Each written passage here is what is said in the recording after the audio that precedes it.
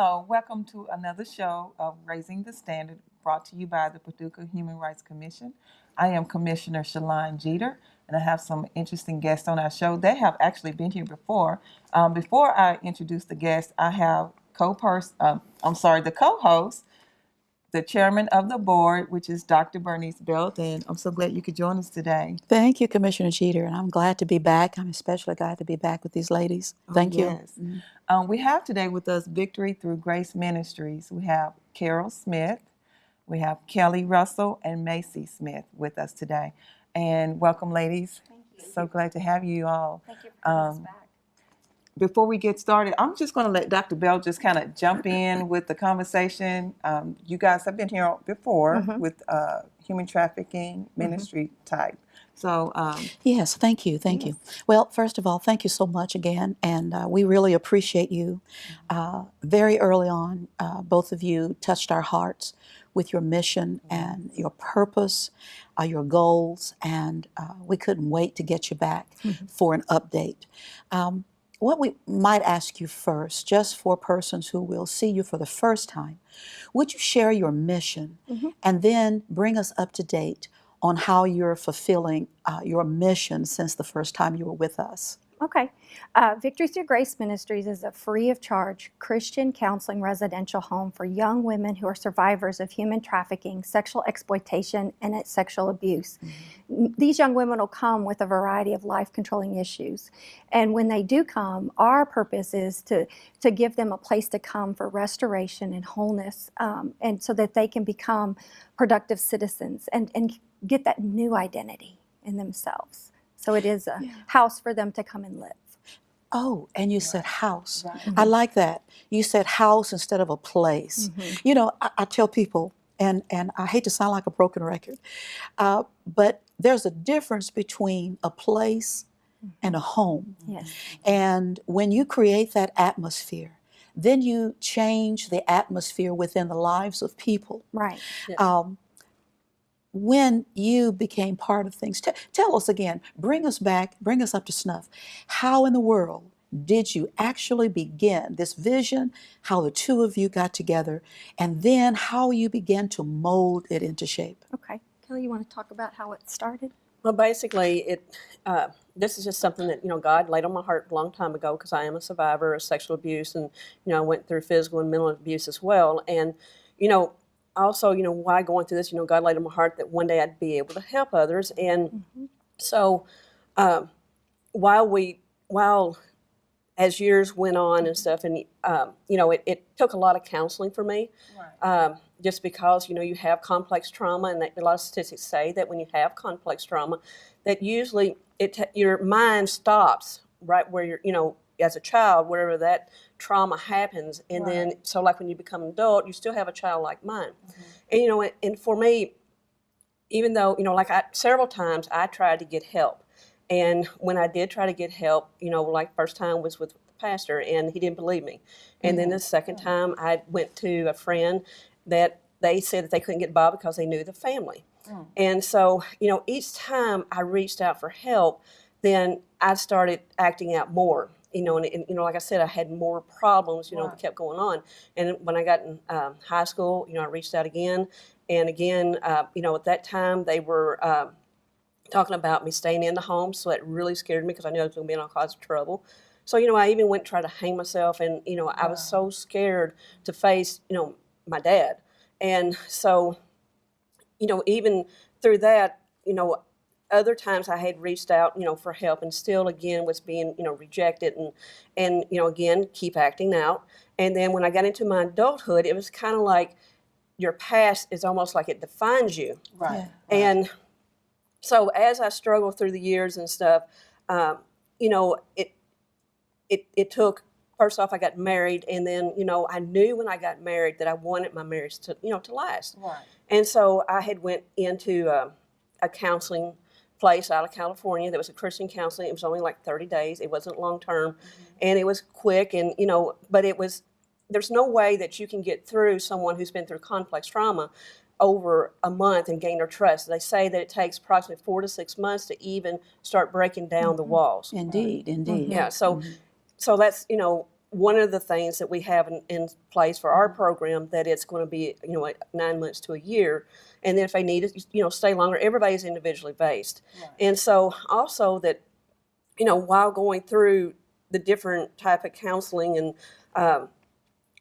I've been through both sides of the counseling, and I just know that whenever things finally went down for my mom and dad, my mom walked in on my dad whenever I was a senior in high school, and so she kicked him out, and so whenever that happened, we went to a place that was in St. Louis that Dad, he said he was an alcoholic. He was trying to blame it all on that, Right. and so when he did that, we went up for a week. It had family week and stuff, and they said that it was like an 80% chance that I would be like my father, because Right. because how that it's supposed to be inherited and all that kind of stuff. But there's nothing in the Bible that says once you're an addict, you're always an addict, or once you're this or whatever. And and that just rings so true to me. And so again, I kept trying to reach out and get help. And like I said, I have wonderful husband, wonderful in-laws. And then about 11 years ago, I met Carol. And so she came into my photography studio, and so anyway, of course, she didn't want a job or anything, and I just knew that God sent her. So then I had got her. Finally, she came on board and gave me all the list of what she wouldn't do. So anyway, What she would not do. what she would not do. Yeah. And so after that, then we had. So anyway, she didn't have a clue to what she was walking into, but she knew that I needed help. Was still Right. struggling with some issues and stuff, and so she wanted to walk beside me. And I talked to my counselor, and the counselor, wanted for her to walk beside me. She met with the counselor and stuff, and then we had another really good friend that also came beside her and walked beside me. So I had good support system, and a lot of these women won't have that. Exactly. And so.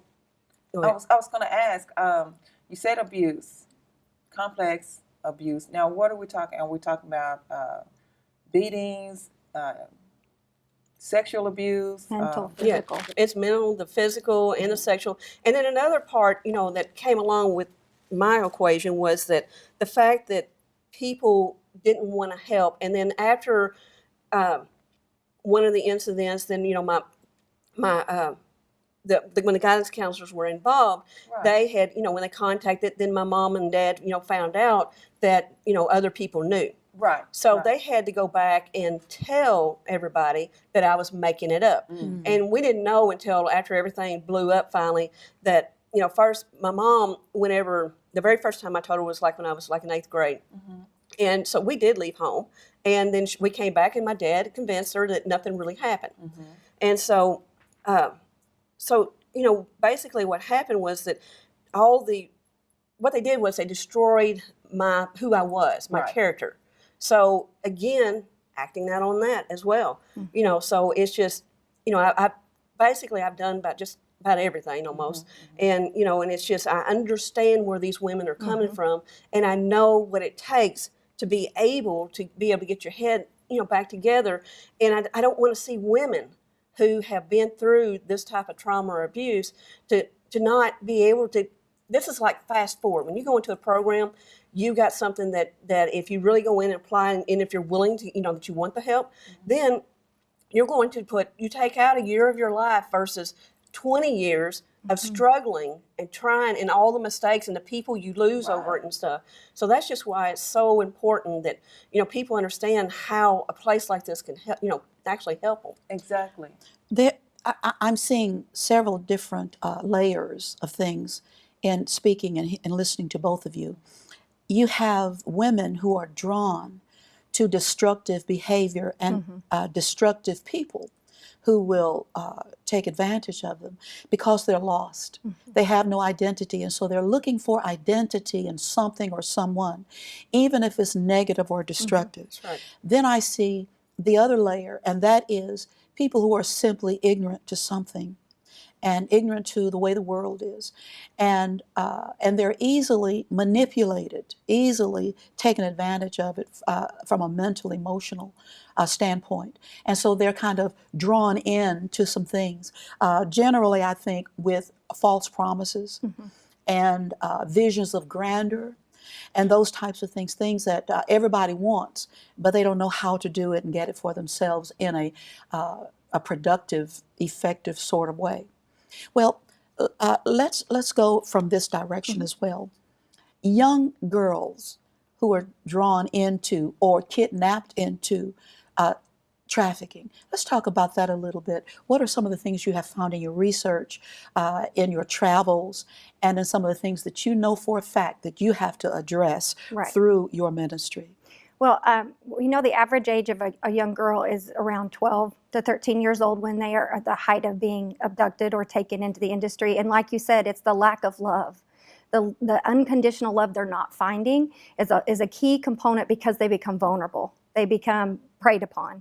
And when that happens, they then get forced or coercion. Like you said, oh, we're going to promise you a great life. We're going to promise you many wonderful things just in love. And I'm your boyfriend. Well, then that boyfriend then turns it into I need money and profiting off of them. So it's really vulnerable young girls. And we have found out that at the hands of this, it can be up to 50% or more of their family member or someone they know. So many people are looking about the movie Taken, and they're taken, and it's not. It can be right in their own backyards, at a neighbor's house, and that is at the hands, for Kelly, it was at the hands of her biological father. Right. And so, we have survivors that have said their sister trafficked them. There was many years between their sister, and the sister had a drug habit, so she sold her younger sister.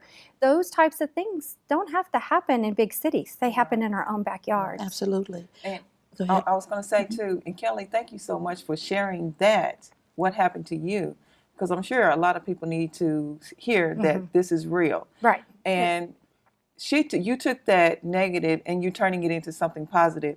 So as far as your ministry and what you all have started, I believe the last time you were on the show, you didn't have a house. Right. So I believe you have a house now. Correct. We And have a house. Tell us about your house and some of the things you can offer. Right. The house, and as of September, we started renting a wonderful house. The house is 6,300 square feet house. Beautiful home with 4 bedrooms for residents, which can house up to 12 young women. Our age group is 18 through 35. We have 2 other bedrooms that are capable of having 3 night staff in it. And we have a worship and teaching classrooms. We have many offices, a beautiful kitchen, garage, and it's just perfect. So it's right here in Paducah, and November we had an open house. Yes, and you guys attended that. Yes. We had a good time. Yeah, so since we've talked, September we acquired the home. November we had an open house, which we needed to finish some furnishings and get sheets and linens and Right. things like that ready for our young women. And then January we completed 2 of our first volunteer trainings, which are mandatory. You have to go through trainings to be able to volunteer, and an extensive background check, which is a 50-state sex offender Good. background check. Very good. extensive. Yes. And so you're offering licensed counselors, Yes, I believe? yes, Okay. absolutely. And will there be like church services? What's a typical day over there? They will get up and they will fix their own breakfast with, the night staff will be there to teach them life skills, cooking, cleaning, those types of things, but it will be done in a family atmosphere so they can learn what healthy family looks like. So they'll get up and prepare their own meals and make their bed and get themselves ready for the day. And then they'll start out the day with a scripture reading and a biblical teaching. That will also, then we'll have praise and worship, some music and some services. We will invite other people from the community, because it's about a community wrapping their arms around and showing them what a healthy community looks like. Right. And so with that, they will come in, we'll have different people come in and teach teachings, have services. They'll also go out of the home to churches. So if there's churches that would love to have these women come and visit their church, we are very open to going and taking them out into the community and giving back into the community also. Yes, that's a good segue into the second portion of this show. And Kelly, I want to let you know that I just absolutely adore you. Yes. I just appreciate your courage and your boldness, and yet your humility and your gentleness. All in that one little package right Thank there. you. I know. God bless you, and, Thank you. and we look forward to continuing to support and participate with your ministry. Thank you so much. I just want to say, I feel like it's very important for me to be able to speak for the unspoken. And it's just, that's what I'm driven after. And, I didn't have people to be able to do that for me, and that's Right. what I'm here about. This is what God has put me on a mission to do, and we're going all barrels for it, and Yep. we got a great team, and so we Right. are Setting captives we free. are Yes. waiting to see what all unfolds. I tell Yes. you ladies are doing it. Yes. We're going to be right back. Yes. Thank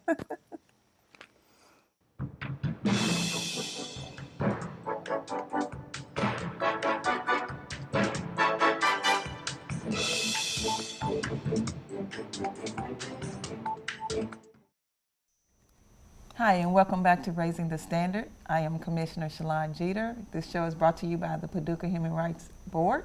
And again, we have Dr. Belt, which is the chairperson of the board. I'm so glad you could be here today. Thank you. I appreciate being here today. Yes. She gets to be the boss when she's hosting the show, so I'm working for her right now. And that's the only time I'm the boss, too. So we have some ladies here from Victory Through Grace Ministries, Carol Smith. And Carol, why don't you introduce our guest? Yes, my daughter Macy Smith is the director of outreach at our ministry, Victory Through Grace Ministries, as well as being a mentor at the ministry. Welcome aboard, Macy. I'm glad to be here. You look just like your mom. She's so We pretty. get that. So a lot. pretty, yes. Yes, you do. Okay, so what is it that you do, Macy? Basically, I'm the outreach director at Victory Through Grace Ministries. I go into schools and I speak about prevention and bringing awareness to sex trafficking and just kind of trying to stop it before it even happens. Okay. Yeah. Now, how young do you go into the schools? Do you go to elementary or you just do high school or what? I've only been able to get into the high school, Okay. but I'm hoping that they're going to let me into the middle school fairly soon. Yeah, there's a new law, Aaron's Law. I don't know if many people have heard that, but Aaron's Law is actually going out all over the United States and trying to get each state to pass laws that for this education to go as low as elementary school, like kindergarten level. Oh, okay. And it's because there's been this no tell, don't tell, Right. good touch, bad touch. So Aaron's Law has got 20 states that have already passed this legislation, which would enable schools to already take the programs that they're doing on the older levels, bringing it age appropriate down to the younger levels. Because this young woman, Erin, was actually started being abused at 6 years old. Wow. And at the hands of a family member. Right. And so with that happening, she has gone out, and it's an amazing book. She has a book out, and she's going, and Kentucky has not passed it I was yet. about to ask, Illinois, yes. she's from Illinois. Illinois is one of the first states. So 21 states have been proposed to possibly accept it, and 9 are just now getting introduced to it. Well, as it relates to Kentucky, where do you think we stand in that action? I think we're close because, like I said, when you look at her, there's a big map about Aaron's Law, and it says it has been introduced, and they fully expect it to be passed within 2015, no later than 16, which would then enable us to go in at a younger level, which would help for the outreach. And Macy being young and being able to relate to them and Right, educate. Right now, middle school, high school area is kind of the age that they're targeting the trafficking and prevention. But we really need to be telling them what is a good touch, bad touch, and don't be afraid to tell. Right. And Well, a question I want to ask you, Macy, do you find that teenagers or young people are a bit naive to human trafficking and sexual abuse? Absolutely. Okay. I say that only because I know how I was when I was in high school and in middle school. And there was so many times when I went on chat rooms in middle school and I didn't even think a thing of it. Right. That a lot of times that's where, predators are, and that's where Right. traffickers are working. And even on Facebook, we had come across the other day when we were watching the Aaron's Law, talking about even when people check into certain places, like traffickers, normally they will know the person's name that they have been stalking. Wow. Wow. When they see where they're checking in on Facebook and stuff like that, they then know, oh, they're at this place, and it's like they could be walking out and turn the corner Wow. and there they are, So, I mean, there's many times where I even talked to boys on there that it could have been a trafficker, and Right. so I absolutely believe that. And with more apps coming out like Snapchat and stuff like that today, there's just so much out there for, Now, I'm kind of you know. naive. I guess this is generational gap. What is Snapchat? What Snapchat? Snapchat is Help her. Help her. well, it's an app, and it's basically where you can take a picture, and then it only lasts for a certain amount of minutes, and then it goes away. Oh, okay. And so it's kind of one of those things that people talk about. It's a good way for people to send nude pictures.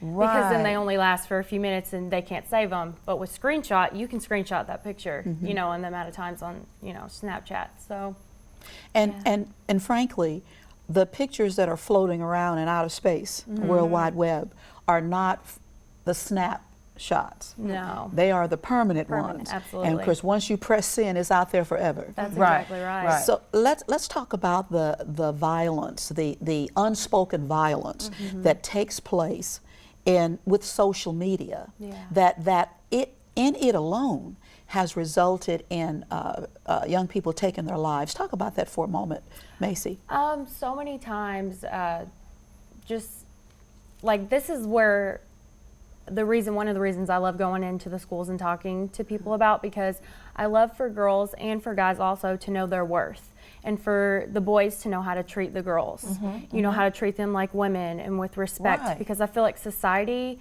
and the media has really let my generation and the generations to come down.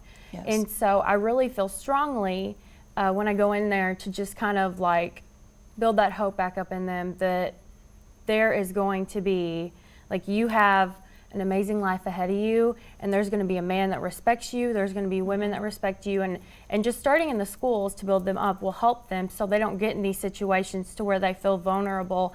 And when someone texts a girl like, hey, send me a pic, she feels like, oh, I have to send him a naked picture to be able to, Right. you know, pursue a relationship with him or to pursue something with him. So that's really where my heart is, because if we can stop that and allow them to realize their worth now, then they won't end up going down that road of doing those certain things, taking nude pictures, you know, settling for less than they deserve, Right. you know, and I feel like that would even decrease the amount of violence Yes. and young people taking their lives today. Did you notice that Macy said realize Yes. their worth? Yes. That is so important. important. That's a point we want to really bring home a little bit more.